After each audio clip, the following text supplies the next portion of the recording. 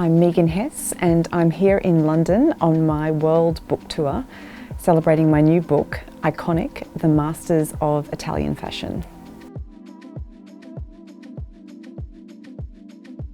I've brought 2 Zimmermann dresses.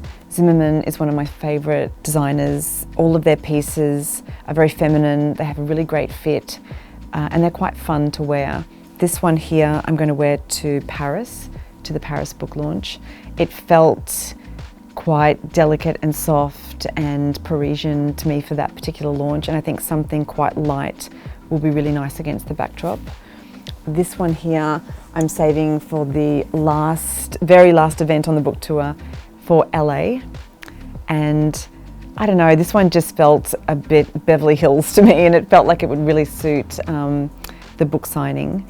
And a little bit of colour is also really nice, and I love a really great floral print. This one here is from one of my favourite designers who I work with a lot, and they're called Poka Poka, and they're actually a Polish designer.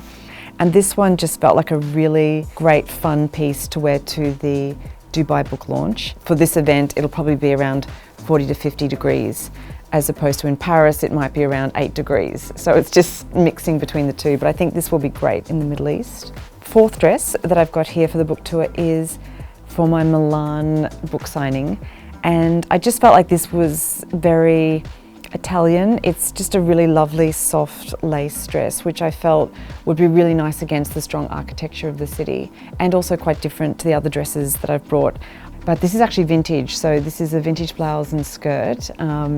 So I really like mixing vintage pieces with new pieces, and if you would have seen my actual wardrobe, it's very eclectic in terms of the different things that I have. But I really love lace as well, so everything from this type of lace to something like this.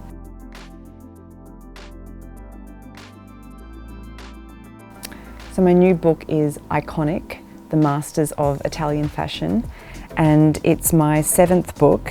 And this book really is a celebration about Italian designers and the masters of Italy, really. I really wanted to create a book that celebrated what was unique about Italian designers. And all the designers in this book, there are 10, and obviously there are many more in Italy, but I've chosen my favourite 10, and each of them are completely different to each other. Their design DNA is very different, but they share the common link of all being very passionate, all loving women in the female form, and all really loving Italy. It ranges from Fendi to Dolce Gabbana, Valentino. So when you're in the Fendi section of the book, it's very much about that design aesthetic. When you're in the Dolce Gabbana section, everything is very heavily print and colour and drama.